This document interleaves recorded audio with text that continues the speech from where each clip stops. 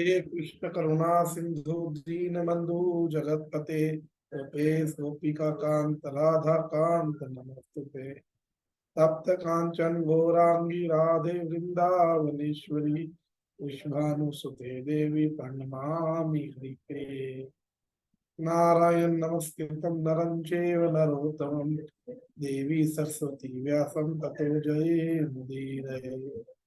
श्री कृष्ण चैतन्य प्रभु नित्यानंद श्री अद्वैत श्रीवासादि गौर भक्त वृंद। हरे कृष्णा कृष्ण कृष्णा हरे हरे,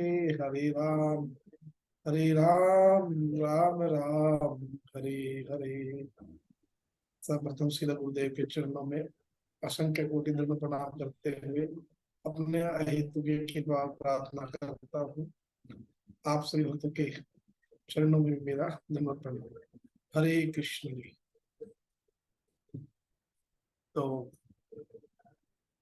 हमारी जो गीता दीदी है वो एक बड़ा अच्छा क्वेश्चन पूछ रही है कि माला ज्यादा कैसे करें। हाँ जी दीदी आप बोलिए। हेलो। हरे हाँ कृष्णा जी भैया। जी दीदी बोलिए, आप बोलिए जी। जैसे ना, मेरा मन होता है कि मैं ज्यादा से ज्यादा माला करूं। तो कई बार तो हो जाते हैं, जी लेकिन कई बार रह जाते हैं अभी। जी वैसे मैं जैसे भागवत देख लूंगी और चीजें देख लूंगी, भजन सुन लूंगी, या जो अपने हरे कृष्णा महामंत्र लगा लूंगी। जी।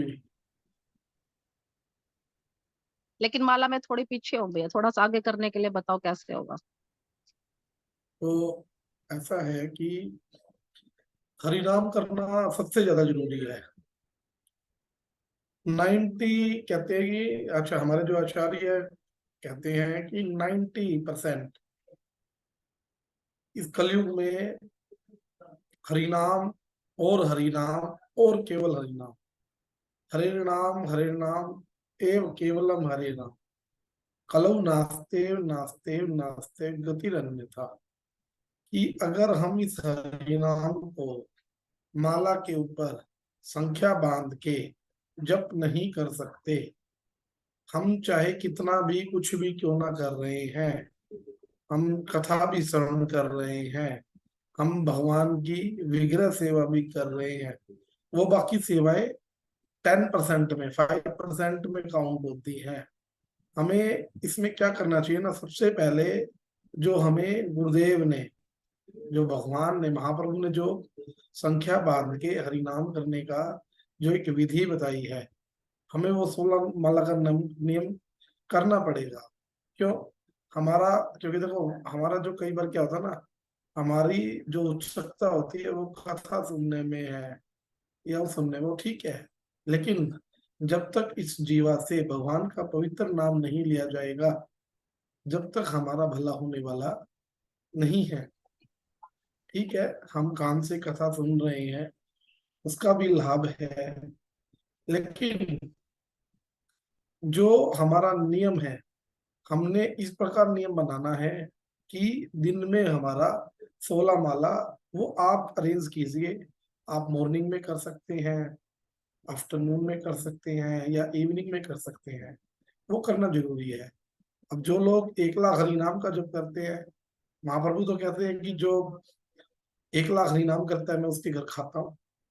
तो हम लोग तो कभी भी वो चीज सोच नहीं पाएंगे। क्यों?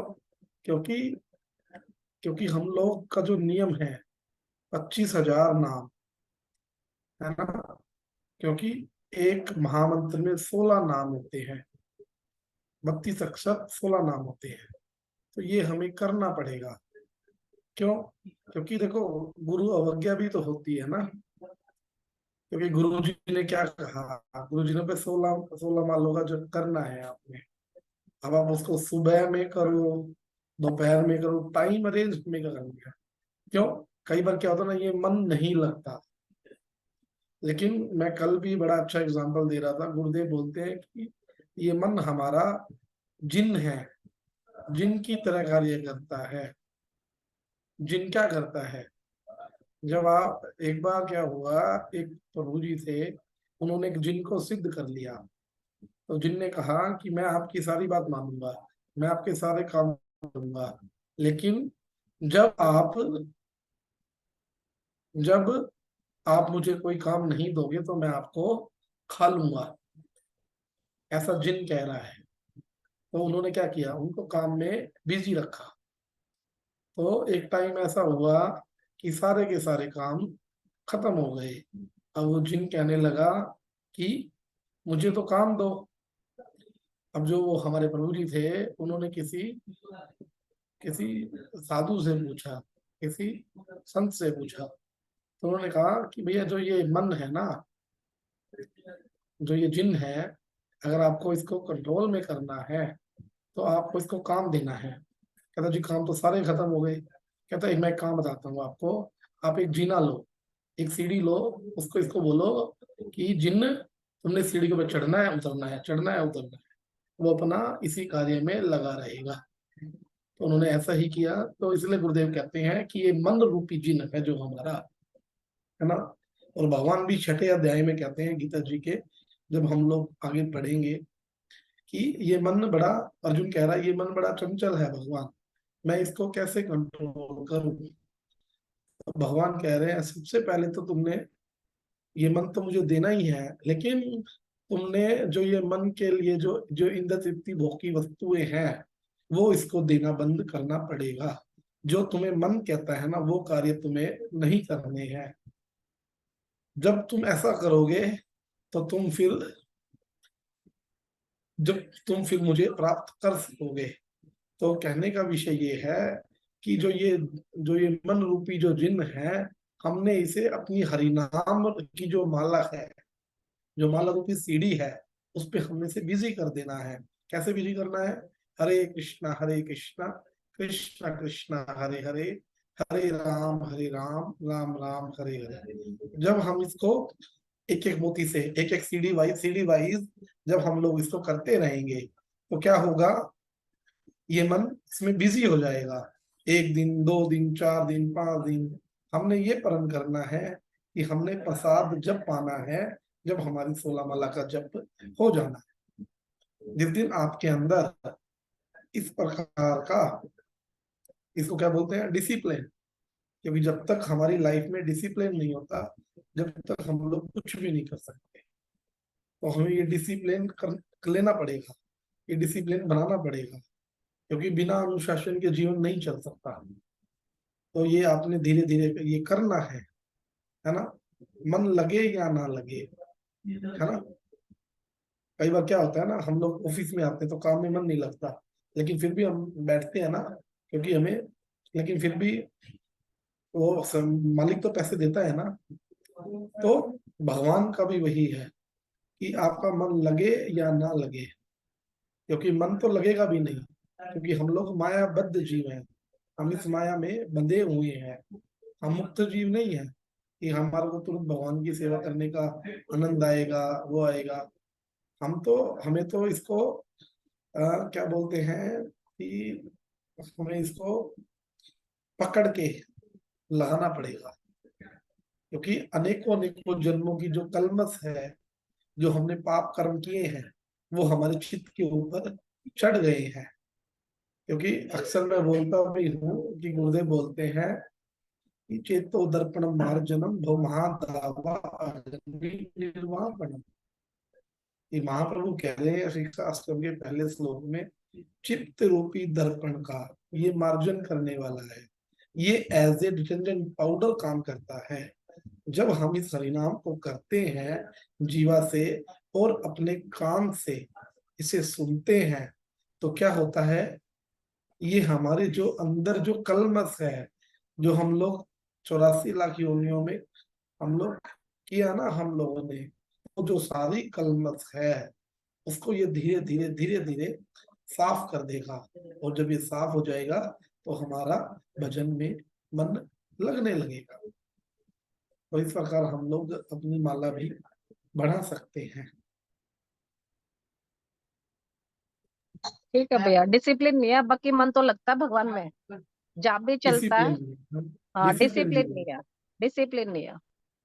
हम लोग देखो कभी बीमार होते हैं ना, सबसे पहले हमारा हरिनाम छोड़ देते हैं, बाकी कुछ नहीं छूटता, सबसे पहले हरिनाम छोड़ते हैं। क्यों?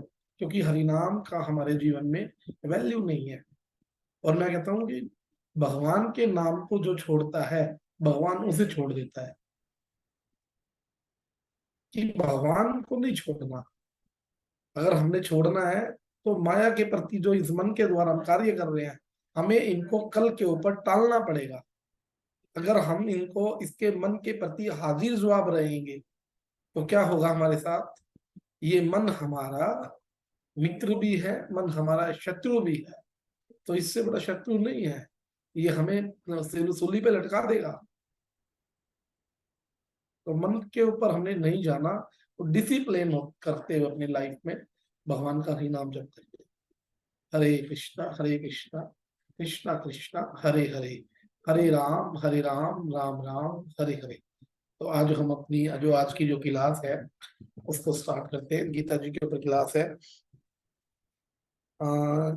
हमारा जो श्लोक संख्या थी 34 नंबर। हाँ हाँ जी, 34। 34। तो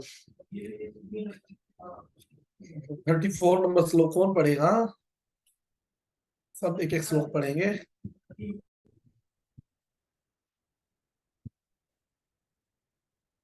चलो पहला श्लोक मैं पढ़ता हूँ, उसके बाद फिर आप लोग पढ़ें। अकीर्ति चापि भूतानि कथयिष्यन्ति ते अव्ययाम् संभावितस्य च कीर्तिमरणादिति रच्यते। अकीर्तिम अपीयस, क्षय मैंने भी, अपी मैंने इसके अतिरिक्त, भूतानी मैंने सभी लोग, कथयिष्यन्ति कहेंगे, ते तुम्हारे, अव्याम सदा के लिए, संभावित तस्य सम्मानित व्यक्ति के लिए, क्षय मैंने भी, अकीर्ति मैंने अपयश, मरणत मैंने मृत्यु से भी, अतिरिच्यते अधिक होती है। तो क्या कह रहे हैं? भगवान कह रहे हैं लोग सदैव तुम्हारे अपयश का वर्णन करेंगे। क्यों? भगवान ने पहले क्या बताया?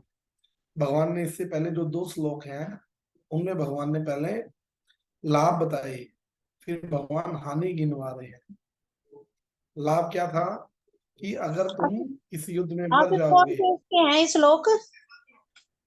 दूसरे अध्याय के 34 नंबर। दूसरे अध्याय से 34। हाँ जी। तो भगवान कह रहे हैं अर्जुन को कि 2 प्रकार के लाभ हैं और आपको 2 प्रकार की हानि हो रही है। लाभ क्या है? कि अगर आप इस युद्ध में युद्ध करते हुए मारे जाओगे तो आपको आपको स्वर्ग मिलेगा। अगर आप इस युद्ध में जीत जाते हो तो आपको राज्य भोगने के लिए मिलेगा। तो आपका तो दोनों तरफ बेनिफिट ही है। हाँ, अगर तुम ये युद्ध नहीं करते हो तो लोग क्या कहेंगे? अर्जुन तो धनुधारी था लेकिन फिर भी वो युद्ध में पीठ दिखा के भाग गया, तुम्हारी जो कीर्ति होगी उसका नाश हो जाएगा। क्यों? क्योंकि तुम एक धनुधारी हो, तुम एक क्षत्रिय हो, और तुम्हें अपने धर्म का, जो शव धर्म है, जो शव धर्म कौन से होते हैं? जो हमारे वर्णों के धर्म होते हैं, ब्राह्मण क्षत्रिय वैश्य शूद्र, जो हमारे जो वर्णों के धर्म है उसका ना पालन करने का आपको पाप लगेगा। और आगे क्या होगा? तीसरा, भाई तुम भाई भगवान की आज्ञा का पालन नहीं कर रहे हो ना, तो अगर भगवान की आज्ञा का पालन नहीं करते तो क्या मिलता है? नरक मिलता है। तो तुम नरक में भी जाओगे। तो भगवान पहले श्लोकों में 2 भगवान ने बड़ा अच्छे से समझाया। अब भगवान क्या कह रहे हैं? कि लोग सदैव तुम्हारे अपयश का वर्णन करेंगे। अगर तुम भाग जाते हो तो जो तुम्हारी कीर्ति है, कीर्ति का सर्वनाश हो जाएगा। और जो एक रिस्पेक्टेड पर्सन होता है समाज में, क्योंकि धनुधारी अर्जुन है ना, अर्जुन तो रिस्पेक्टेड है, और धनुष चलाने में उससे ज्यादा कोई वो नहीं है। क्योंकि उसने क्या किया था? द्रौपदी को द्रौपदी के साथ विवाह किया था ना, मछली की आंख में बीध कर, कोई भी नहीं कर पाया। तो जो क्षत्रियों की जो दुनिया है, दो धनुधारियों की जो दुनिया है, योद्धाओं की दुनिया है, उसमें अर्जुन एक स्पेशल पर्सनैलिटी है। तो भगवान कह रहे हैं कि अगर अर्जुन ऐसा होगा तो तुम्हारे अपयश का लोग वर्णन करेंगे, और दूसरा तुम्हारे लिए ये मृत्यु से भी बढ़कर होगा। कि एक रिस्पेक्टेड आदमी को अगर आप उसकी बेइज्जती कर दो, लोग कहते हैं ना कि जी उसने मेरी बेइज्जती कर दी, मेरे लिए तो मरने के समान हो गया। तो इस बार कह रहे हैं अब अर्जुन के मित्र और गुरु के रूप में भगवान श्री कृष्ण युद्ध से विमुख न होने का अंतिम निर्णय देते हैं। और वो कहते हैं, अर्जुन यदि तुम युद्ध प्रारंभ होने के पूर्व ही अगर युद्ध भूमि छोड़ देते हो तो लोग तुम्हें कायर कहेंगे। अब आप एक बात बताओ, अगर हमारे आर्मी के सोल्जर्स, हमारा युद्ध चल रहा है पाकिस्तान के साथ, है ना, पाकिस्तान वाले आगे से फायर कर रहे हैं, हमारे अगर जो हमारे आर्मी सोल्जर्स है अगर वो भाग जाएं, तो लोग क्या कहते हैं, संसार में लोग क्या कहते हैं कि जो भारत जो इंडियन आर्मी है वो कायर है, वो भाग गई। तो भगवान भी कह रहे हैं कि तुम्हें लोग कायर कहेंगे, और यदि तुम सोचते हो कि लोग गाली देते रहें किंतु तुम युद्ध भूमि में भागकर अपनी जान बचा लोगे, तो मेरी सलाह ये है कि तुम्हें युद्ध में मर जाना ज्यादा श्रेष्ठ है। क्योंकि देखो लोग गालियां देंगे, तुम एक अच्छे हो तो तुम तो वैसे ही मर जाओगे। उस शर्म से मरना और युद्ध में मरना, युद्ध में ज्यादा मरना बेहतर है, क्योंकि उससे स्वर्ग तो मिलेगा। लोग ये तो कहेंगे कि युद्ध में निडरता से युद्ध करता हुआ मारा गया, है ना। तो अतः तुम्हें प्राण भय से नहीं भागना चाहिए, और युद्ध में मर जाना ही तुम्हारे लिए श्रेष्ठ है। इससे तुम मेरी मित्रता का दुरुपयोग करने और समाज में अपनी प्रतिष्ठा खोने के अपयश से भी बच जाओगे। और अर्जुन के लिए भगवान का ये अंतिम निर्णय था, और वह संग्राम से पलायन ना करे अपितु युद्ध में ही मरे।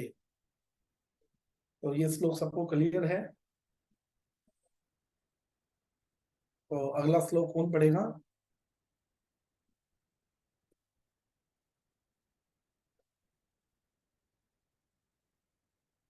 हरे कृष्णा। मोना दीदी आप पढ़ोगे श्लोक?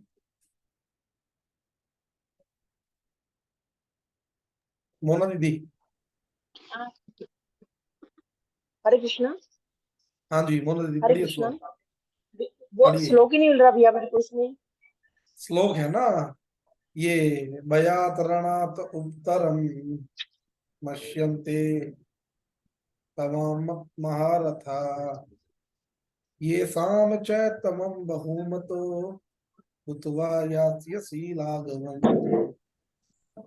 भगवान कह रहे हैं अर्जुन को, भयात मैंने भय से, रणात मैंने युद्ध भूमि से, उत्तरम, उत्तरम बोले तो विमुख, मश्यन्ते मानेंगे, तमाम तुमको, महारथा जो बड़े बड़े योद्धा हैं, ये शाम जिनके लिए, चय मैंने भी, तम मैंने तुम, बहुमत अत्यंत सम्मानित, भूतवा होकर, यास्यसि जाओगे लाघवम तुच्छता को।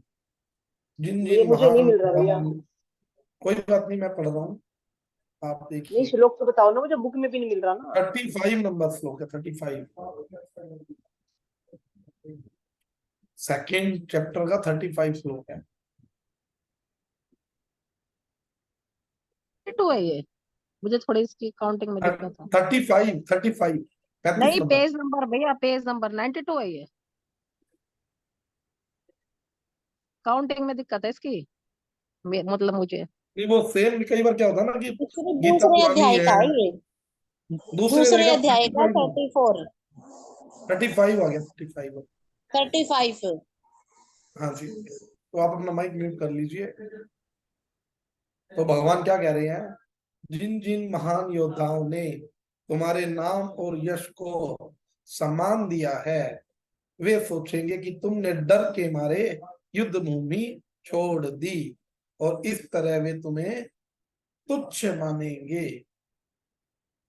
भगवान कृष्ण अर्जुन को अपना निर्णय सुना रहे हैं। भगवान कह रहे हैं कि बहुत बोल दिया ना, अब भगवान इसको एक डिसीजन दे रहे हैं कि तुम यह मत सोचो कि दुर्योधन, कर्ण और अन्य जो महारथी हैं वो यह सोचेंगे कि तुमने अपने भाइयों और पितामह पर दया करके युद्ध भूमि छोड़ी है। वे तो यही सोचेंगे कि तुमने तो अपने प्राणों को बचाने के लिए इस युद्ध भूमि का त्याग किया है, तुम कायर हो।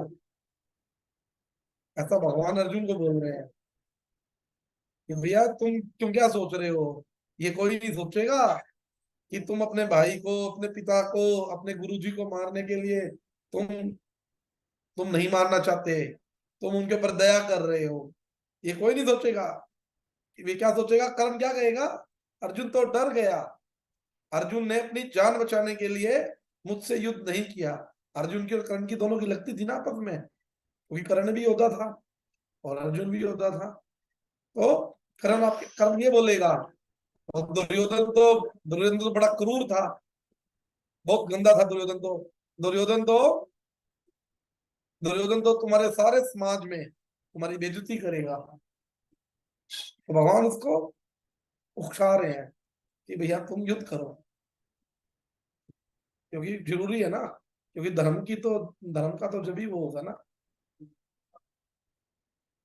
तो उससे जो अगला श्लोक है 36 नंबर श्लोक है, 36 में भी कुछ इस तरीके का ही है। अवाच वादांश्च बहुवदी न शन्ति तवाहिता निदंत तव सामर्थ्यम ततः दुक्तरम किम। अवाच मैंने कटु, वादान मैंने मिथ्या सब, च मैंने भी, बहु मैंने अनेक, वदिष्यन्ति कहेंगे, तव मैंने तुम्हारे, अहिता मैंने शत्रु, निंदनता निंदा करते हुए, तब तुम्हारी सामर्थ्यम सामर्थ्य को, तत्व उनकी उपेक्षा, दुखतरम अधिक दुखदाई, नु मैंने निसंदेह कि मैंने क्या। तुम्हारे शत्रु अनेक प्रकार के कटु शब्दों से तुम्हारा वर्णन करेंगे और तुम्हारी सामर्थ्य का उपहास करेंगे। तुम्हारे लिए इससे दुखदाई और क्या हो सकता है कि अगर तुम युद्ध नहीं करोगे तो क्या होगा, लोग तुम्हारा मजाक उड़ाएंगे, गलत गलत कड़वे कड़वे शब्द बोलकर तुम्हारी बेइज्जती करेंगे, है ना। और अगर तुम्हारी बेइज्जती होगी, तुम्हारा लोग उपहास करेंगे, मजाक बनाएंगे, तो इससे ज्यादा दुख और तुम्हारे जीवन में क्या हो सकता है। तो भगवान इस तरीके से कह रहे हैं। इसके बाद फिर आप अपना हमारा अगला श्लोक है 34 5 6 37 नंबर श्लोक। हतो वा प्राप्स्यसि स्वर्ग जित्वा भावोक्षसि मयम् तस्माद उत्तिष्ठ कौन्तेय युद्धाय कृत निश्चया।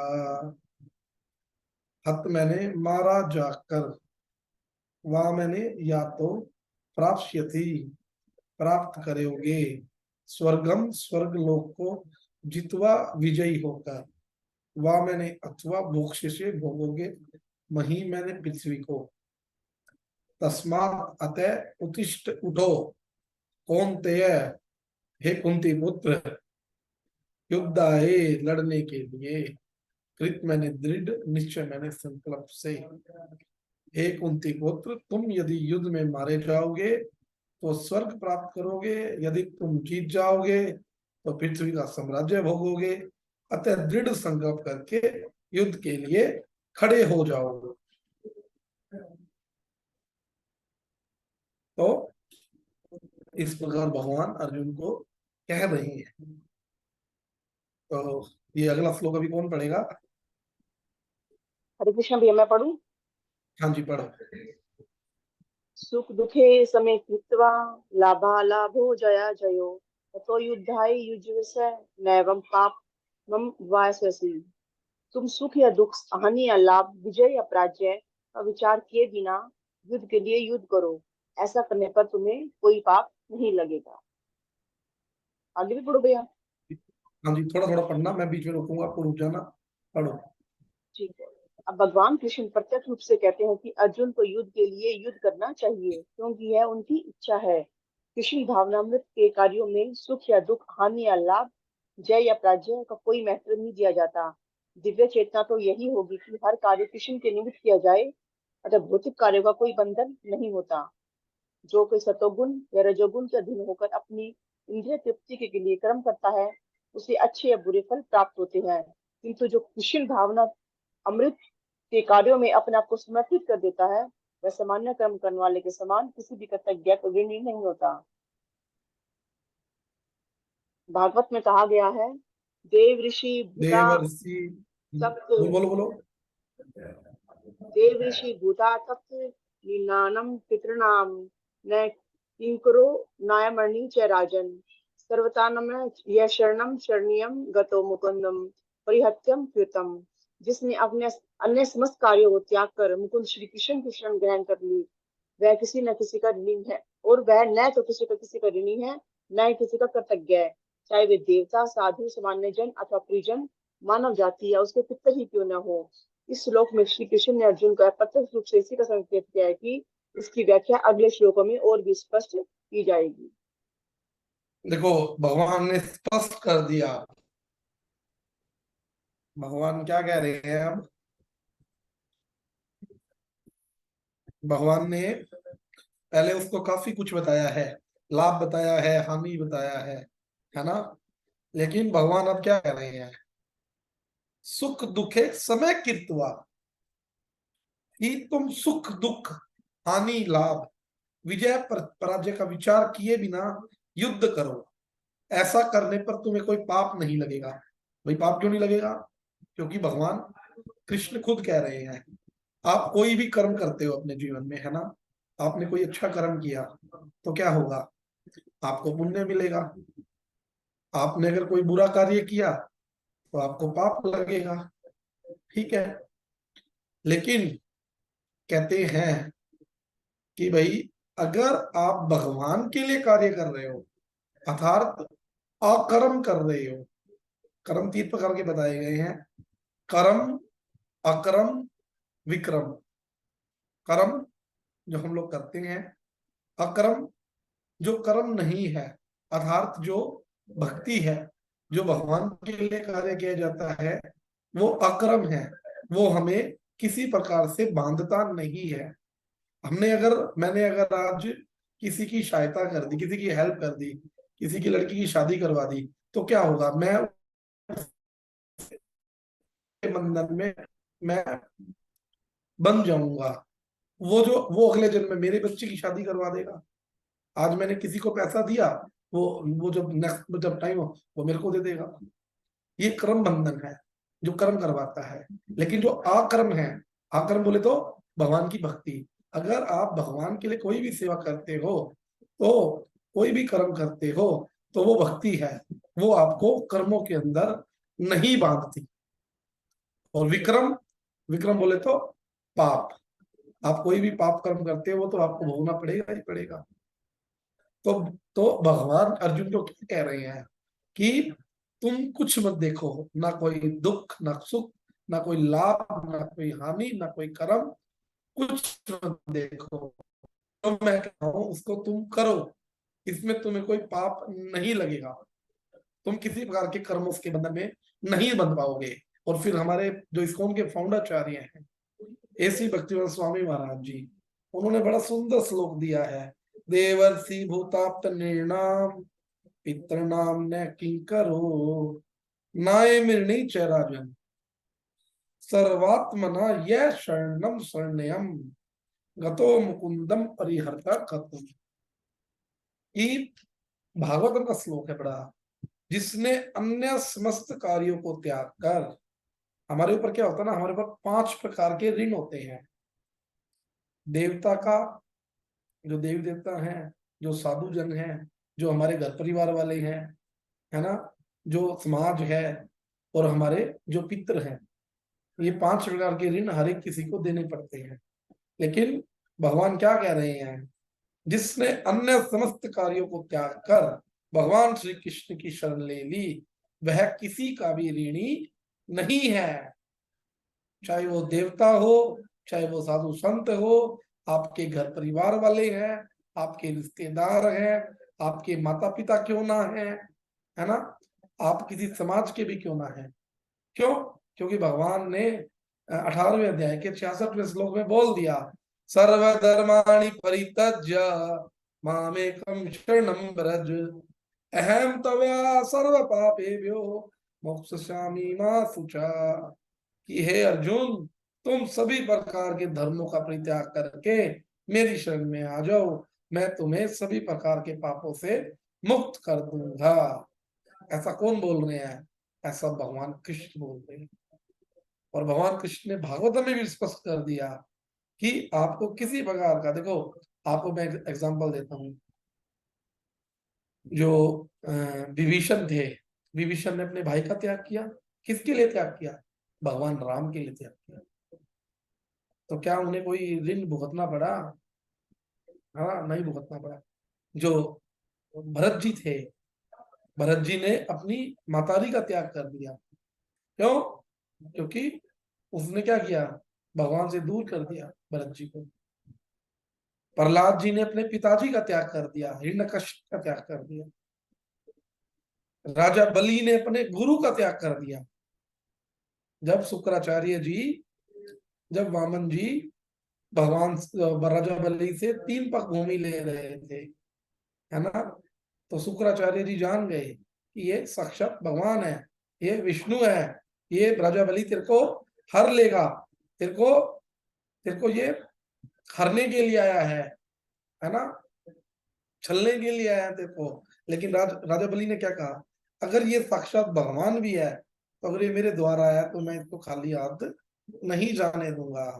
फिर क्या किया, गुरु गुरु तो अपने शिष्य को बचाना चाहता है ना, तो उन्होंने क्या किया, जब राजा बलि संकल्प करने लगे जल के द्वारा, तो वो जल की जो लोटे के अंदर वो थी, उसे पानी आने लगा, तो उन्होंने क्या किया, उसमें वो कुशा के भेष में उसमें उसके अंदर घुस गए, और वो पानी बाहर नहीं आने दे रहे। भगवान ने क्या किया, भगवान ने कुशा लेके और वो छिद्र के अंदर मारी, और शुक्राचार्य की दोनों आंखें फूट गई। राजा बलि ने अपने गुरु का त्याग कर दिया कि ऐसे गुरु की आवश्यकता नहीं है जो मुझे भगवान की सेवा करने से रोके। तो भगवान कह रहे हैं कि ऐसा कोई वो नहीं है ना। तो पिता, भाई, माँ, गुरु, सबका तो त्याग हो गया। तो भगवान कह रहे हैं, अगर आप मेरी शरण में आ जाओगे, अगर अर्जुन तुम मेरे लिए युद्ध करोगे, तो तुम्हें किसी भी प्रकार का कोई पाप नहीं लगेगा। भगवान स्वयं कह रहे हैं। अगला श्लोक कौन पढ़ेगा ये? मैं पढ़ूं? हाँ जी। एषा एषा ते अभिहिता सांख्ये बुद्धि योगे तित्वमां शृणु बुद्ध्या युक्तो यया पार्थ परम बंधम प्राहससि। यहाँ मैंने वैश्लेषिक अध्ययन द्वारा इस ज्ञान का वर्णन किया है। अब निष्काम भाव से कर्म करना बता रहा हूँ, उसे सुनो। हे पितापुत्र, तुम यदि ऐसे ज्ञान से कर्म करोगे तो तुम कर्मों के बंधन से अपने को मुक्त कर सकते हो। वैदिक कोश निरुक्ति के अनुसार साक्य का अर्थ है विस्तार से वस्तुओं का वर्णन करने वाला, तथा साक्य उस दर्शन के लिए प्रयुक्त मिलता है जो आत्मा की वास्तविक प्रकृति का वर्णन करता है। और योग का अर्थ है इंद्रियों का निग्रह। अर्जुन का युद्ध न करने का प्रस्ताव इंद्रिय तृप्ति पर आधारित था। वह अपने प्रधान कर्तव्य भुलाकर युद्ध से दूर रहना चाहता था, क्योंकि उसने यह सोचा कि धृतराष्ट्र के पुत्रों अर्थात अपने बंधु बांधवों को परास्त करके राज्य भोग करने की अपेक्षा अपने संबंधियों तथा स्वजनों को न मारकर वह अधिक सुखी रहेगा। दोनों ही प्रकार से मूल सिद्धांत तो इंद्रिय तृप्ति था। उन्हें मारने उन्हें जीतने से प्राप्त होने वाला सुख तथा सज्जनों को जीवित देखने का सुख, ये दोनों इंद्रिय तृप्ति के धरातल पर एक हैं, क्योंकि इससे बुद्धि तथा कर्तव्य दोनों का अंत हो जाता है। अतः कृष्ण ने अर्जुन को बताना चाहा कि वह अपने पितामह के शरीर का वध करके उनके आत्मा को नहीं मारेगा। उन्होंने यह बताया कि उनके सहित सारे जीव शाश्वत प्राणी हैं। वे भूतकाल में प्राणी थे, वर्तमान में भी प्राणी रूप में थे और भविष्य में भी प्राणी बने रहेंगे, क्योंकि हम सब शाश्वत आत्मा हैं। हम विभिन्न प्रकार से केवल अपना शारीरिक परिधान बदलते रहते हैं और इस भौतिक वस्त्र के बंधन से मुक्ति के बाद भी हमारी पृथक सत्ता बनी रहती है।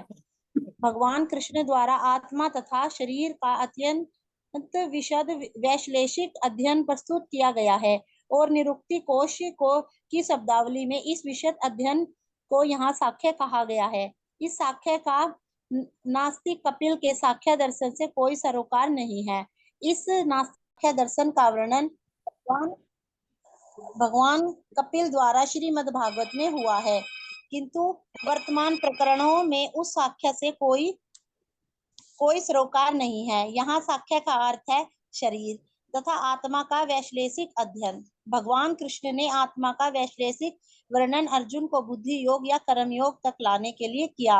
अतः भगवान कृष्ण का साख्य तथा भागवत में भगवान कपिल द्वारा वर्णित साख्य एक ही है। ये दोनों भक्ति योग है। अतः भगवान कृष्ण ने कहा है कि केवल अल्पज्ञ ही साख्य योग तथा भक्ति योग में भेदभाव मानते हैं। निसंदेह अनिश्वरवादी साख्य योग का भक्ति योग से कोई संबंध नहीं है। फिर भी बुद्धिहीन व्यक्तियों का दावा है कि भागवत गीता में अनिश्वरवादी साख्य का ही वर्णन हुआ है। अतः मनुष्यों को यह जान लेना चाहिए कि बुद्धि योग का अर्थ कृष्ण भावना अमृत में पूर्ण आनंद तथा भक्ति ज्ञान में कर्म करना है। जो व्यक्ति भगवान की तुष्टि के लिए कर्म करता है, चाहे वह कर्म कितना भी कठिन क्यों न हो, वह बुद्धि योग के सिद्धांत के अनुसार कार्य करता है और दिव्य आनंद का अनुभव करता है। ऐसी दिव्य व्यवस्था के कारण उसे भागवत कृपा से स्वतः ही संपूर्ण दिव्य ज्ञान प्राप्त हो जाता है और ज्ञान प्राप्त करने के लिए अतिरिक्त श्रम किए बिना ही उसकी पूर्ण मुक्ति हो जाती है। कृष्ण भावना भावित कर्म तथा फल प्राप्ति की इच्छा से किए गए कर्म में विशेषता पारिवारिक या भौतिक सुख प्राप्त करने की इंद्रिय तृप्ति के लिए किए गए कर्म में प्रचुर अंतर होता है। अतः बुद्धि योग हमारे द्वारा संपन्न कार्य का दिव्य गुण है। हरे कृष्णा। हरे कृष्ण। तो इस श्लोक में भगवान ने यही कहा है कि जो सांख्य योग की बात की गई है, जो शरीर और आत्मा का जो वैश्लेषिक वो बताया गया है, वैश्लेषिक जो अध्ययन है कि आत्मा कौन है, शरीर कौन है ना, कि हम सबको, हमें पहले जो श्लोक हुए उसमें हमें पता चला कि हम एक आत्मा है, जो आत्मा है, आत्मा नित्य है, शाश्वत है ना, अपरिवर्तनीय है, इसका पर कोई परिवर्तन नहीं होता, कोई चेंज नहीं आता है ना, इसका आकार भी है। तो इस तरीके का जो बताया गया है। लेकिन जो शरीर है, शरीर मृत अवस्था में ही रहता है जब तक आत्मा इसके अंदर नहीं आती है ना। जब कोई कार होती है ना, कोई कार के अंदर कोई ड्राइवर ना बैठे तो कार अपने आप थोड़ी चलती है। तो उसी प्रकार ये जो शरीर है ये बिना आत्मा के नहीं चलता है।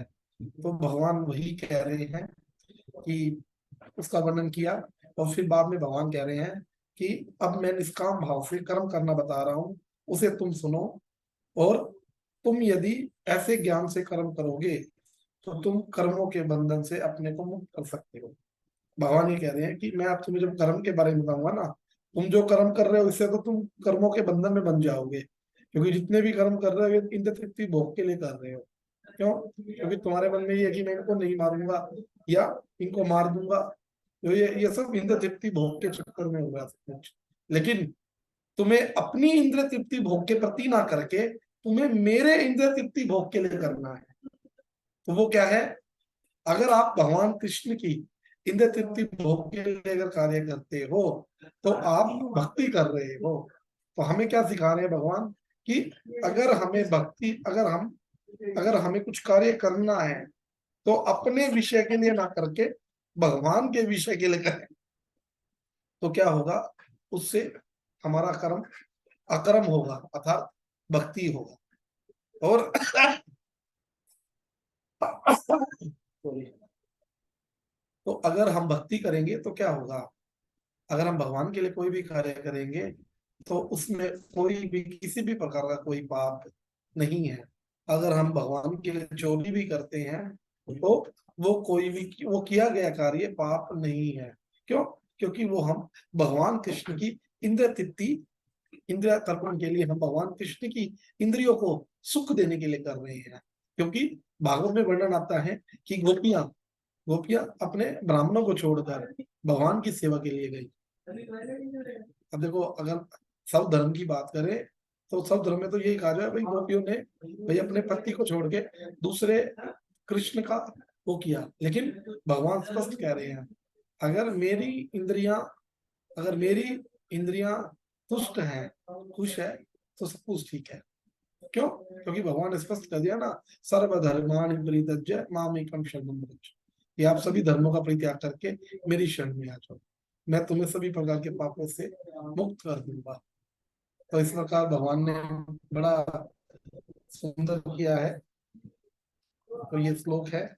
इसके बाद जो ये 40 नंबर श्लोक है, ये श्लोक सबसे मोस्ट इम्पोर्टेंट श्लोक है। तो मेरी आप सभी भक्तों से प्रार्थना है कि जो ये श्लोक हम करेंगे, इस श्लोक को सब याद करें, 40 नंबर श्लोक को। नेहा विकर्म नाशो अस्ति प्रत्यवायो न विद्यते सब अल्प अपि मस्य धर्म अस्य तार्यते मयोतो भयात्। ही न मैंने नहीं, ही मैंने इस योग में, अभी कर्म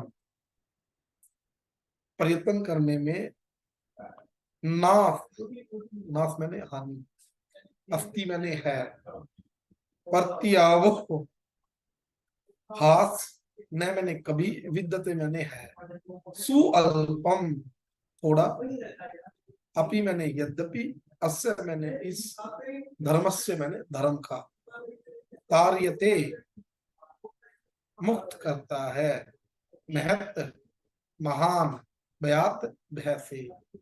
भगवान कह रहे हैं इस प्रयास में न तो कोई हानि है और न ही कोई हास है, अपितु इस पथ पर की गई अल्प प्रगति भी महान भय से हमारी रक्षा कर सकती है। तो ये इस प्रयास, कौन सा प्रयास, कि अगर आप मेरा भगवान का नाम जप करते हो, मेरा नाम जप करते हो, अगर आप मेरे लिए कार्य कर रहे हो, कार्य कौन सा, हरे कृष्णा कृष्ण कृष्ण हरे हरे, हरे राम राम राम हरे हरे, कि अगर आप इस कार्य में थोड़ा सा भी कार्य करते हो तो इसमें आपको थोड़ी सी भी हानि नहीं है, और इसमें आपको किसी और भय भी नहीं है। इसमें आपको हम महान से महान भय में ये आपकी रक्षा करेगी।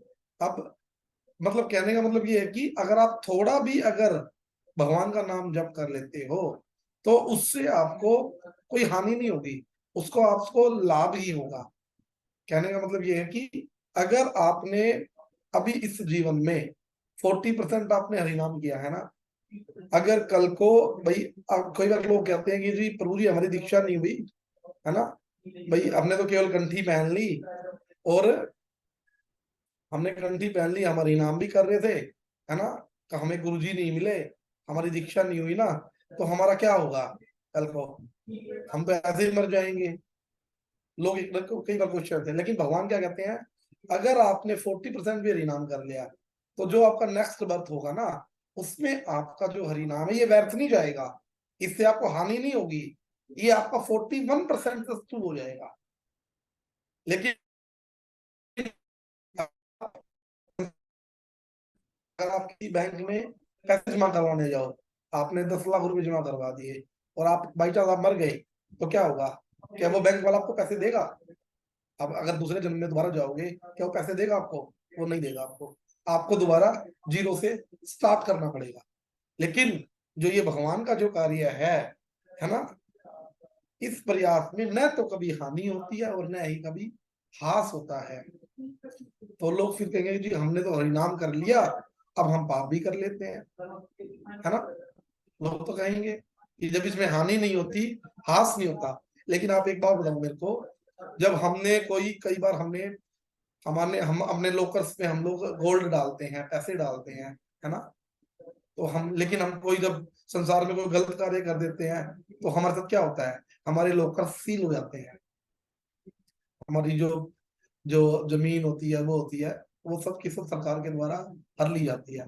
उसी प्रकार अगर हम देखो, हमने हरिनाम किया 40% है ना, 40% की हानि नहीं होगी, हास नहीं होगा, लेकिन वो आपका सीज कर लिया जाएगा,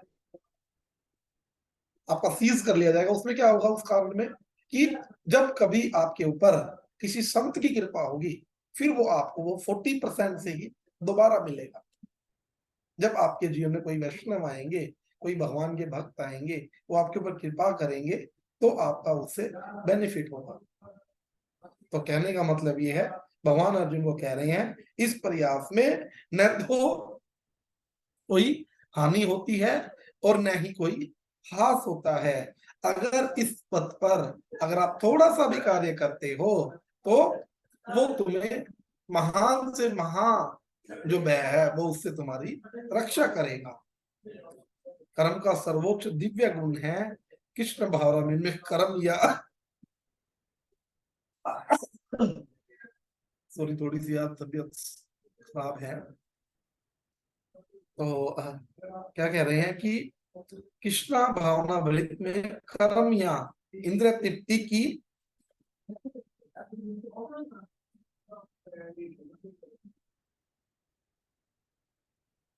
है कि ऐसे कर्म का लघु आरंभ होने पर भी कोई बाधा नहीं आती, न कभी इस आरंभ का विनाश होता है। भौतिक स्तर पर प्रारंभ किए जाने वाले किसी भी कार्य का पूरा करना होता है, अन्यथा सारा प्रयास सफल हो जाता है। अब आप एक तो किसी बच्चे को एडमिशन कराया बीटेक में, है ना, तो जब तक उसकी बीटेक कंप्लीट नहीं होगी, जब तक उसको सर्टिफिकेट नहीं मिलेगा, सर्टिफिकेट नहीं मिलेगा तो उसको जॉब नहीं मिलेगी। हम उसको थोड़े में नहीं छोड़ सकते हैं। ऐसा कर सकते हैं भाई, 4 साल का ड्यूरेशन होता है बीटेक का, है ना, है ना, एमबीबीएस होता है, हम 1-2 साल करके छोड़ दें और फिर हम लोग उसको भूल जाएं, क्या उससे हमारा बेनिफिट होगा? वो जीरो से फिर हमें दोबारा स्टार्ट करना पड़ेगा। क्यों? क्योंकि ये भौतिक ज्ञान है। लेकिन लेकिन जो हमारा जो ये भगवान का नाम है, अगर हमने इसमें 40% तक किया तो वो नेक्स्ट बर्थ में हमारा, नेक्स्ट बर्थ में हमारा 41% होगा। तो अर्जुन, इसमें कोई घबराने का विषय नहीं है, इसमें कोई हानि नहीं है, कोई हास नहीं है किसी भी प्रकार का। तो आगे क्या कह रहे हैं कि ऐसे कर्म करने वाले का कोई हानि नहीं होती, और चाहे यह कर्म अधूरा ही क्यों न रह जाए। यदि कृष्ण भावनामृत का 1% भी कार्य पूरा हो गया तो उसका जो फल है वो परमानेंटली है, स्थायी है। अतः अगली बार 2% से वो शुरू होगा, किंतु भौतिक कर्म में जब तक आप 100% सफलता प्राप्त न हो, जब तक कोई लाभ नहीं प्राप्त होता। अजामिल ने कृष्णा भावनामृत में अपने कर्तव्य का कुछ ही प्रतिशत पूर्ण किया था, किंतु भगवान की कृपा से 100%। देखो, अजामिल ने क्या किया था, अजामिल शुरू में अच्छा ब्राह्मण था, लेकिन बीच में वैश्या का संग हो गया तो उसके कर्म खराब हो गए। लेकिन लास्ट टाइम में उसने क्या किया, भगवान का नाम नारायण बोला था, अपने बच्चे का नाम रखा था। तो भगवान ने क्या किया, उसके ऊपर कृपा कर दी थी, भगवान ने उसको दोबारा शरीर दिया और उसने फिर भगवान की सेवा की। तो इसमें लिखा भी हुआ है, भागवतम का श्लोक है ये, त्यक्तवा सव धर्म चरणा अंबुजम हरे भजन पक्वत पते ततो यदि यत्र क वा भद्र मभु दमुष्य की कोवार्थ आप तो भजता सर्वधर्मता। यदि कोई अपना धर्म छोड़कर कृष्ण भावना मन पे कार्य करता है तो फिर काम पूरा न होने के कारण नीचे गिर जाता है तो इससे आपको क्या हानि? यदि कोई अपने भौतिक कार्य को पूरा करता है तो इससे उसको क्या लाभ होगा? अर्थात जैसा कि ईसाई कहते हैं, यदि कोई अपनी शाश्वत आत्मा को खोकर संपूर्ण जगत को भी पाले तो मनुष्य को इससे कोई लाभ क्या होगा? भौतिक कार्य और उनके फल शरीर के साथ ही समाप्त हो जाते हैं, किंतु जो भगवान कृष्ण के लिए किया गया कार्य है, मनुष्य को इस शरीर के नाश हो जाने पर भी पुनः कृष्णा भावनामृत तक ले जाता है। कम से कम इतना तो निश्चित है, अगले जन्म में उसे सुसंस्कृत व ब्राह्मण परिवार या धनी मानी कुल में मनुष्य का शरीर प्राप्त होगा और वह भविष्य में ऊपर उठने का अवसर प्राप्त हो सकेगा। कृष्णा भावनामृत में संपन्न कार्य यही उत्तम गुण है। तो कहने का मतलब यही है, भगवान स्वयं कह रहे हैं कि जो भौतिक कार्य है उसमें हमें सफलता प्राप्त करने के लिए 100% करना पड़ता है। अगर 1% भी कम रह जाता है तो हमें वो 0 से स्टार्ट करना पड़ता है। लेकिन भगवान के इस कार्य में अगर हम थोड़ा सा भी करते हैं तो थोड़ी सी की भी बहुत ज्यादा वैल्यू है, और वो नेक्स्ट जन्म में वो उससे ही स्टार्ट होगा, वो आपका कभी भी खराब नहीं जाएगा। तो भगवान अर्जुन को बड़े सुंदर तरीके से समझा रहे हैं। तो आज हमारे 14 नंबर तक श्लोक हो गए हैं। तो जो ये श्लोक है, ये सभी को श्लोक याद करना चाहिए। कई बार लोग कहते हैं ना कि भाई तुम तो भजन थोड़ा ही, अब हम किसी को कहते हैं चल थोड़ा करो, थोड़े से भी तुम्हें पूरा बेनिफिट होने वाला है। ऐसा नहीं है, भगवान की गई भक्ति, थोड़ी भक्ति भी कारगर है। ऐसा नहीं है कि थोड़ी भक्ति करोगे उससे आपका काम अच्छा नहीं होगा, थोड़ी भक्ति भी कारगर है, लेकिन हमें करनी पड़ेगी। ठीक है ना? तो आज 40 श्लोक से फिर हम लोग कल 41 से शुरू करेंगे। अगर आज की क्लास से किसी को कोई क्वेश्चन है तो आप मुझसे पूछ सकते हैं।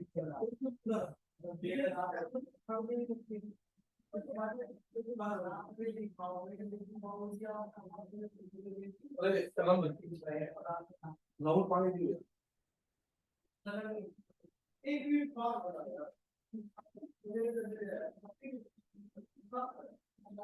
हाँ जी, तो आप सभी को क्लियर है?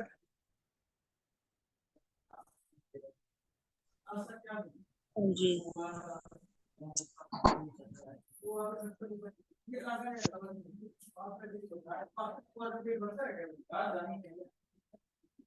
हाँ जी, मोना दीदी कोई क्वेश्चन है आपके मन में? नहीं भैया, कोई क्वेश्चन नहीं, मैं यही कह रही हूँ, क्लियर है बिल्कुल सब। देखो, आज आपको पता चल गया ना कि भगवान का अगर आप थोड़ा भी करोगे तो ये व्यर्थ नहीं हो रहा है, ये प्लस हो रहा है आपका। हाँ जी, मैं लेकिन कोशिश कर रही हूँ, जैसे पहले कभी एक आध बार माला रह जाती थी, माला जब 16, लेकिन अब मैं कभी भी नहीं छोड़ती, चाहे वो मुझे कैसे भी करनी पड़े, अब मैं करती हूँ पूरी। आवाज थोड़ी कम आ रही कभी है दीदी आपकी।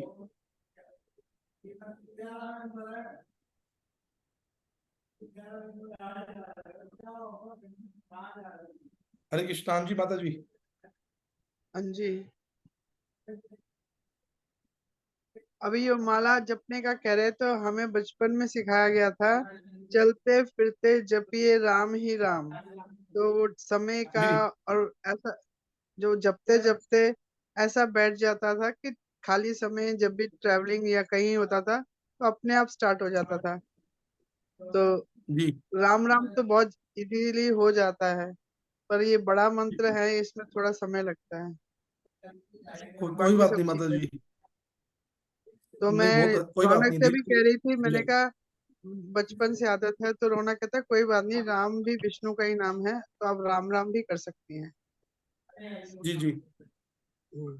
लेकिन बस थोड़ा सा ये हो जाता है, ये महामंत्र हो जाएगा, हाँ, ये आपको महामंत्र हर है। प्रकार हाँ के। जी, ठीक है, ये। वो भी प्रैक्टिस, प्रयास से तो वो भी हो जाएगा, ये नहीं, हाँ प्रैक्टिस जी, तो हाँ जी। सभी में चाहिए। जी जी। पर वो जो बचपन से हमें सिखाया गया था, वो मैं अपनी आदत बता रही हूँ कि समय, हाँ जी उसमें ऐसा कोई बंदिश नहीं थी कि तुम बैठ के एक जगह करना है। तो चलते फिरते जपिए राम ही राम, ऐसा बताया गया था।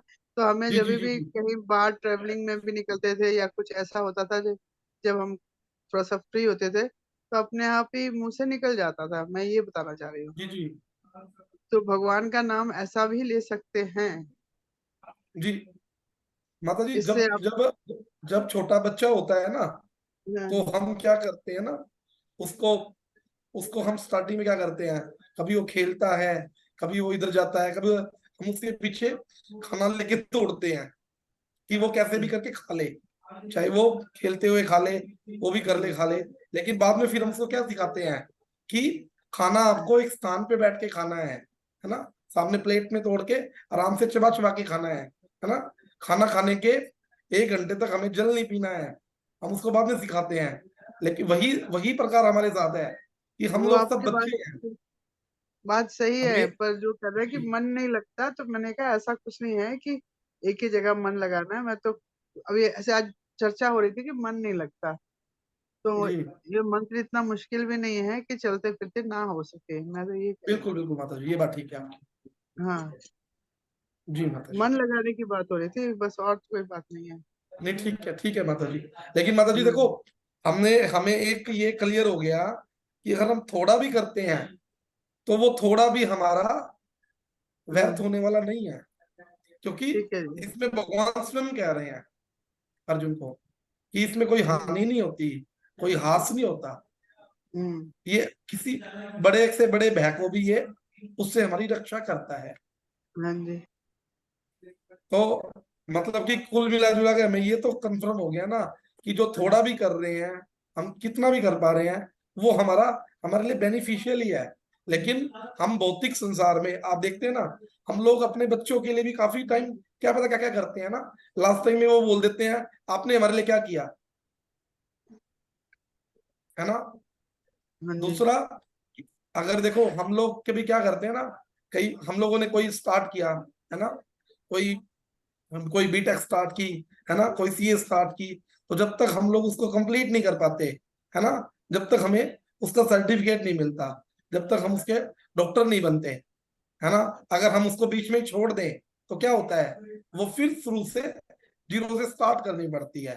तो भौतिक हाँ जी। कार्य इस प्रकार से बताए गए हैं। लेकिन जो आध्यात्मिक है, जो भगवान की जो कृष्ण भावना भाविक है, जो कृष्ण कितनी बार मारी जो उठो। कृष्ण जो हाँ जी दीदी, ये बंद कीजिए माइक। जो कृष्णा कॉन्शियसनेस है, उन लोगों के साथ ऐसा नहीं होता। ठीक है जी। तो ये है बात मतलब। ठीक है। भैया हरे कृष्णा भैया। जी जी हरे जी, कृष्ण। बोलिए दीदी। मैं ये कह रही थी, आप हमें श्लोक याद करने के लिए देते हो, लेकिन आप सुनोगे ना तब हमें याद होगा। मतलब अभी हम थोड़े ठीक है कच्चे ठीक है, कच्चे वो ये है जो भैया, कच्चे हैं। ये जो पहला श्लोक है ना जो कल दिया है, ये सबसे कल सुनेंगे, ठीक है ना। हाँ तभी याद होंगे हमसे ना, ऐसे होंगे भी तो नहीं। और इसके बारे में भी इसका वो भी सुनना ना, तात्पर्य। हाँ जी हाँ जी हाँ जी हाँ जी। हम थोड़ा तो ये कच्चे कल हैं। सबका होमवर्क है, कल कल ये सबका होमवर्क है, 40 नंबर श्लोक, ठीक है। तो मुझे तो जो संस्कृत पढ़नी नहीं आती, और इसलिए मेरा उच्चारण ठीक नहीं होगा। मुझे संस्कृत आती ऐसा नहीं है है, ना, सॉरी। मैं, नहीं नहीं ठीक है मतलब जी, कोई बात नहीं। मैं आप हिंदी में बताइए मतलब जी। हिंदी में 40 नंबर सेकंड अध्याय का है। हाँ जी हाँ जी ठीक है, मैं कोशिश करूंगी, हिंदी में बता दूंगी। जी जी, आप हिंदी में बताइए मतलब जी, कोई बात नहीं। ठीक है। तो वो है, हरे कृष्ण भैया। हरे कृष्णा दीदी। भैया मेरा कुछ पूछना था, मैंने आपसे पूछूं, मतलब क्लास से रिलेटेड नहीं है, वैसे है जी कि बोलिए। जैसे मैंने किसी को माला करनी दे रखी है भैया, जी पड़ोस में माला माला करके हैं, तो उसकी बेटी ना जैसे कुछ बीमार हो रही है, कोई जैसे वो कहते हैं ना प्रेत वगैरह का साया कुछ हो जाता है, जी तो वो हो रहा है उस लड़की को। तो मतलब उसकी मम्मी पूछ रही थी कि भाई ऐसा क्या करूं कि इससे ये हो जाए। देखो तांत्रिक के पास जाना तो आपको पता है, ये लोग तो घर ही बर्बाद कर देते हैं। जी जी। तो एक भक्त कैसे इस सिचुएशन को हैंडल करे, कैसे करे, उसको क्या कही। अब आप देखो ना, मैंने मैंने मैंने आप यहाँ नहीं बोली, पहले बोली है शायद, मैंने यहाँ कहा था। एक बार क्या हुआ ना, हमारे दादा गुरु जी शिला भक्ति दत्त माधव गोसाई महाराज जी, जो भक्ति माता गोसाई महाराज जी थे उनके सन्यास गुरु थे भक्ति गौरव वैखानस जी महाराज, जो भक्ति सिद्धांत सरस्वती प्रभुपाद जी के डिसाइबल थे। तो क्या हुआ, एकादशी का दिन था, तो वो जगन्नाथपुरी के पास एक गांव था, तो वो उसमें से गुजर रहे थे। तो हुआ क्या, तो उन्होंने सोचा भाई हम रात को यहाँ रात गुजार लेते हैं कहीं पे। तो वहां पे एक दुकान थी, एक दुकानदार था, तो वो कहने लगे कि हमें यहाँ रुकना है रात को, आपके यहाँ कोई सेफ जगह है जहाँ हम लोग रुक सके। महाराज जी के साथ एक महाराज जी का सेवक था, तो एक वहां पे एक भूतिया हवेली थी, उसमें उसमें भूत रहते थे उस घर में। तो वो जो दुकानदार था उसने मजाक में महाराज जी के साथ वो किया, मजाक किया कि आप महाराज जी इसमें रुक जाओ, यहाँ कोई दिक्कत नहीं है आपको किसी प्रकार की। तो जब वो वहां रुके तो क्या हुआ, तो 10-11 बजे तक तो कोई दिक्कत नहीं थी। उसके बाद जैसे ही 12 बजे जो वो हवेली थी उसकी जो मालकिन थी वो उसमें मरी हुई थी, मर गई थी, और वो भूत प्रेत की योनि में आ गई थी। तो वो क्या करने लगी, महाराज जी को परेशान करने लगी रात्रि में, है ना। लेकिन महाराज जी तो एकादशी एकादशी किया हुआ था और हरे कृष्ण महामंत्र जप कर रहे थे। हरे कृष्णा कृष्ण कृष्ण हरे हरे, हरे राम राम राम हरे हरे। महाराज जी ने पूरी रात्रि में बैठ के हरे कृष्ण महामंत्र का जप किया। और वो जो भूत वो जो प्रेत योनि में जो वहां की हवेली की जो मालकिन थी, तो वो उसने पहले तो वो करती रही, परेशान करती रही, है ना। लेकिन फिर बाद में महाराज जी ने उसको एक कुर्सी पे बिठा के, है ना, तो यहाँ बैठ जाओ, जैसे कई बार बोलते हैं ना कि तुम यहाँ बैठ जाओ, बच्चे को बोलते हैं बैठ जाओ, तुम्हें कहीं नहीं जाना, है ना। तो जो वो प्रेत योनि में माता जी थी उनको बिठा के वहां पूरी रात हरि नाम सुनाया। तो सुबह क्या हुआ, उसने जो वो प्रेत योनि में थी वो स्वयं प्रकट हो गई और उसने महाराज जी के चरण पकड़ लिए और महाराज जी को धन्यवाद किया, क्योंकि महाराज जी ने हरि नाम के द्वारा, है ना, उसके ऊपर जब सुबह महाराज जी ने पारण किया तो एकादशी एक हाथ में जल लेके और हरे कृष्ण नाम उसके ऊपर छिड़का, तो वो अपने एक्चुअल शरीर में आ गई। और उसने फिर महाराज जी का बड़ा सत्कार किया और महाराज जी से माफी मांगी। और उस प्रकार महाराज जी ने उस प्रेत का हरिनाम के द्वारा, एकादशी के द्वारा उसका उसका उसके ऊपर कृपा की महाराज जी ने। तो जब सुबह हुई तो सारे के सारे लोग इकट्ठे हो गए, सबने सोचा कि भाई पता नहीं महाराज जी तो बचेंगे नहीं बचेंगे, क्यों सब लोग उसको गालियां देने लगे जो दुकानदार था। लेकिन जब महाराज जी बाहर आए तो महाराज जी को सबने पूछा, अरे महाराज जी क्या बात, अंदर कोई परेशानी तो नहीं हुई? कहता नहीं वो कुछ नहीं, वो जो इसका जो मालकिन थी ना, उसको थोड़ी सी परेशानी थी तो वो मैंने वो दूर कर दी, कोई बात नहीं। और महाराज जी वहां से वो काम करके निकल गए। तो ये हरिनाम है ना, जो हरिनाम हर प्रकार के जादू टोना सब में ये कारगर है, इससे बढ़िया और कोई दवाई नहीं है। हरे कृष्ण महामंत्र सुनाओ, हरे कृष्ण तो फिर महामंत्र मतलब सारे के उसको हरे सारे। कृष्ण मतलब महामंत्र सुनाए। हाँ महामंत्र सुनाओ, महामंत्र से अब मैंने बेड़ा बोला पार हो था जाएगा। और मैंने ये भी बोला उसको ना भगवान को ऑफर करके तब उनको प्रसाद दो। बिल्कुल बिल्कुल, भगवान का प्रसाद खिलाओ उनको। उनको भगवान का जो जल होता है ना, जल में तुलसी डाल के भगवान का भोग लगा हाँ के जी। और हरे कृष्ण महामंत्र बोल के पढ़ के उनको जल पिला दो, इससे भी उनका मैंने सुन रखा है, आई डोंट नो वेदर ठीक है कि नहीं, कि पहले जमाने में विष्णु सहस्त्र नाम जो है उसका पाठ होता था। और जैसे वो कह रहे हैं गुरुजी की जल पिला दो, तो विष्णु सहस्त्र नाम का पाठ होता था, दवाई के साथ साथ वो चलता है। और अभी भी तुम यज्ञ वगैरह करते हैं जो, तो उसमें भी जो आहुति वगैरह डलती है, तो अगर वो जो पेशेंट है तो यज्ञ की जो आहुति का वो जो क्या बोलते हैं धुआं वगैरह निकलता है, उससे भी कहते फर्क पड़ता है। पता नहीं कितना सच है, पर बोलते हैं ऐसा होता है। जी जी माता जी बिल्कुल। हम्म। तो और ऐसा हो ये सकता है। भैया जब और ये ये भक्ति विनोद ठाकुर जी थे जो, हाँ उनका जी जब एक तांत्रिक से सामना हुआ था, तो उन्होंने उस जी। टाइम पे भागवतम की बुक थी उनके पास या भगवत गीता उन्होंने पढ़ी थी, जिससे वो दूर भाग गए थे तांत्रिक की सारी शक्तियां। जी जी जी। तो उन्होंने क्या पढ़ा था, तो मतलब भागवतम थी या भगवत गीता? देखो ऐसा है, ये देखो बात आपकी ठीक है, भक्ति विनोद ठाकुर जी तो उच्च लेवल की उच्च कोटि के संत हुए हैं, है ना, उच्च कोटि के वैष्णव हुए हैं, हम इतना नहीं जाएंगे। लेकिन भगवान गुरुदेव कहते हैं कि जो ये हरिनाम है ना, ये हरिनाम हर प्रकार के पाप को नष्ट करने वाला है। नाम नामकारी निज सर्व शक्ति, भगवान ने इस नाम में अपनी हर प्रकार की शक्ति को डाल दिया है, जो क्या करती है, हर प्रकार के पाप को नष्ट कर देती है। नामनो अस्य यावती शक्ति पाप निहरने हरे तावत कर्तु न शक्नोति पात की पतक जना। विष्णु पुराण में लिखा हुआ है कि इस भगवान के नाम में इतनी शक्ति है, ये हर प्रकार के पाप को हर लेती है। और आगे क्या कह रहे हैं कि इससे ज्यादा कोई पापी व्यक्ति पाप भी नहीं कर सकता, ये जला देती है। जो ये भूत प्रेत ये होते हैं ना, पिशाच होते हैं, तो कहते हैं कि तुलसी कंठी, तुलसी जल भगवान का भोग लगा के और हरे कृष्ण महामंत्र के द्वारा पढ़ के आप उनको जल पिलाओ, उनसे भी उनका भला हो जाएगा। एक एक ये भी करते हैं कोई कि माला जपने के बाद वो माला माथे पे छू देते हैं, कर सकते हाँ हैं जी ऐसे? बिल्कुल, ये ठीक है।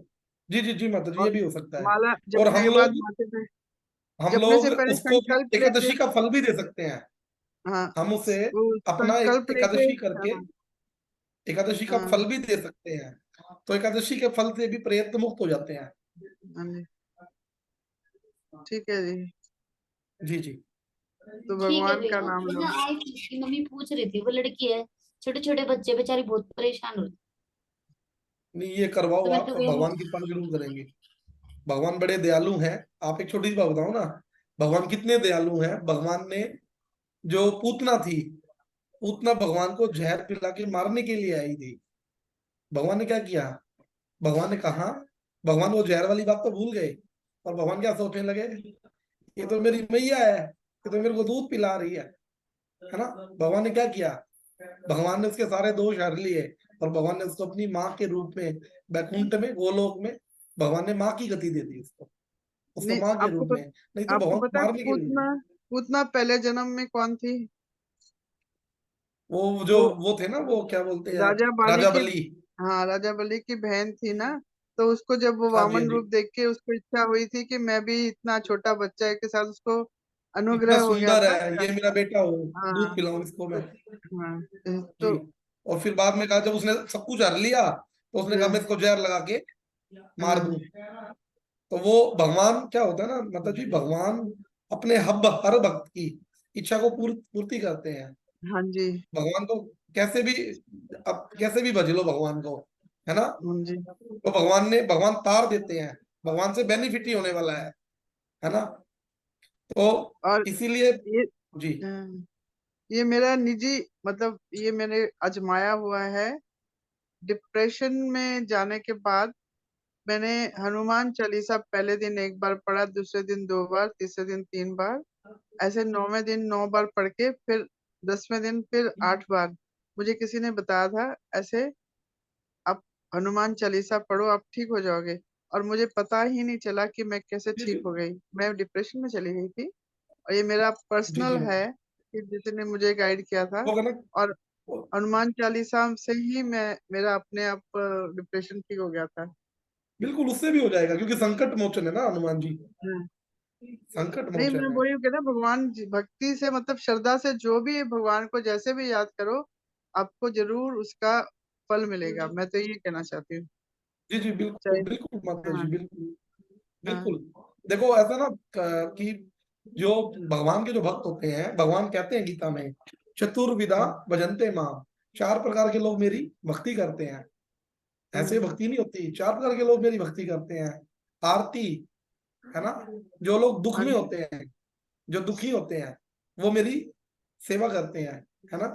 और दूसरा जिज्ञासु, जो लोग ये जानना चाहते हैं मैं कौन हूँ, है मैं कहाँ से हम्म, आया हूँ, मैं मुझे ठीक ये है। जो मेरा जो ये भौतिक संसार है, ये मुझे क्यों दुख दे रहा है, जो अपने बारे ठीक में है। जिज्ञासु जानना चाहते हैं। तीसरा अथार्थी, जिनको धन की इच्छा है ना, वो भगवान की सेवा करते हैं। चौथा, हम्म, जो ज्ञानी लोग हैं वो भगवान की सेवा करते हैं, ठीक है है ना। जी। तो हम इसमें एग्जांपल दे सकते हैं, जो दुख में होते हैं। दुख में कौन था? वो थे गजेंद्र जी, जो गजेंद्र हाथी थे। 9वें अध्याय में, जो 8वें अध्याय में जो भागवतम के वर्णन होता है, जब वो विपदा में आए तो उन्होंने क्या किया? जब उनको ग्राह के द्वारा उनका पैर पकड़ लिया गया है ना समुद्र में, तो उन्होंने क्या किया? सरोवर में, तो उन्होंने भगवान को पुकारा, दुख में पुकारा। जिज्ञासु कौन है? परीक्षित जी हैं, जो जानना चाहते हैं सुखदेव मुनि से। ज्ञानी कौन है? सुखदेव जी हैं, जो महाज्ञानी है ना। और अथार्थी, जिन्होंने धन की इच्छा की। धन की इच्छा किसने की? धन की इच्छा की ध्रुव जी ने। ध्रुव जी को जब ये बोला गया, ध्रुव जी जब अपने पिताजी की गोदी में बैठने के लिए गए, तो जो उनकी जो माता, दूसरी माता थी सुरुचि, एक उनकी जो माता थी सुनीति, एक उनकी दूसरी माता थी, उनके जो पिताजी थे उनकी पत्नी थी सुरुचि। तो सुरुचि ने कहा, अगर आपको अपने पिताजी की गोदी में बैठना है तो क्या करना पड़ेगा? आपको मेरी आपको मेरे गर्भ से पैदा होना पड़ेगा, उसके बाद ही आप अपने पिताजी की गोदी को प्राप्त।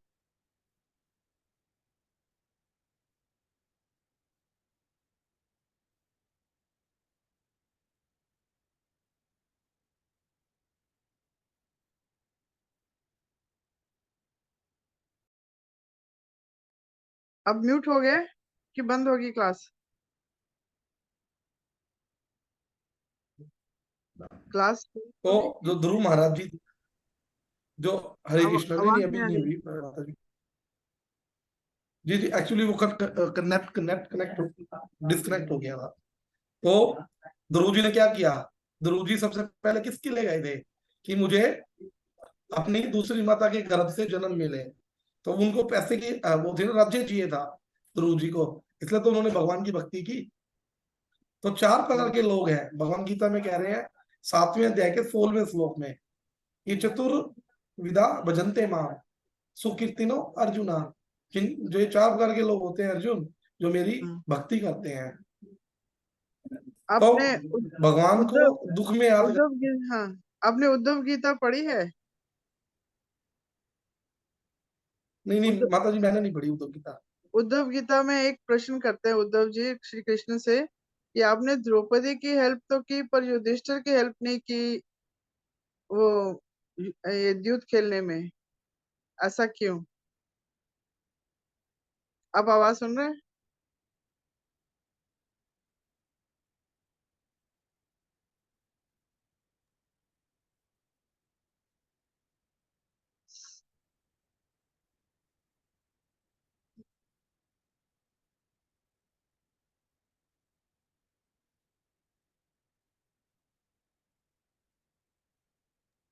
वे शायद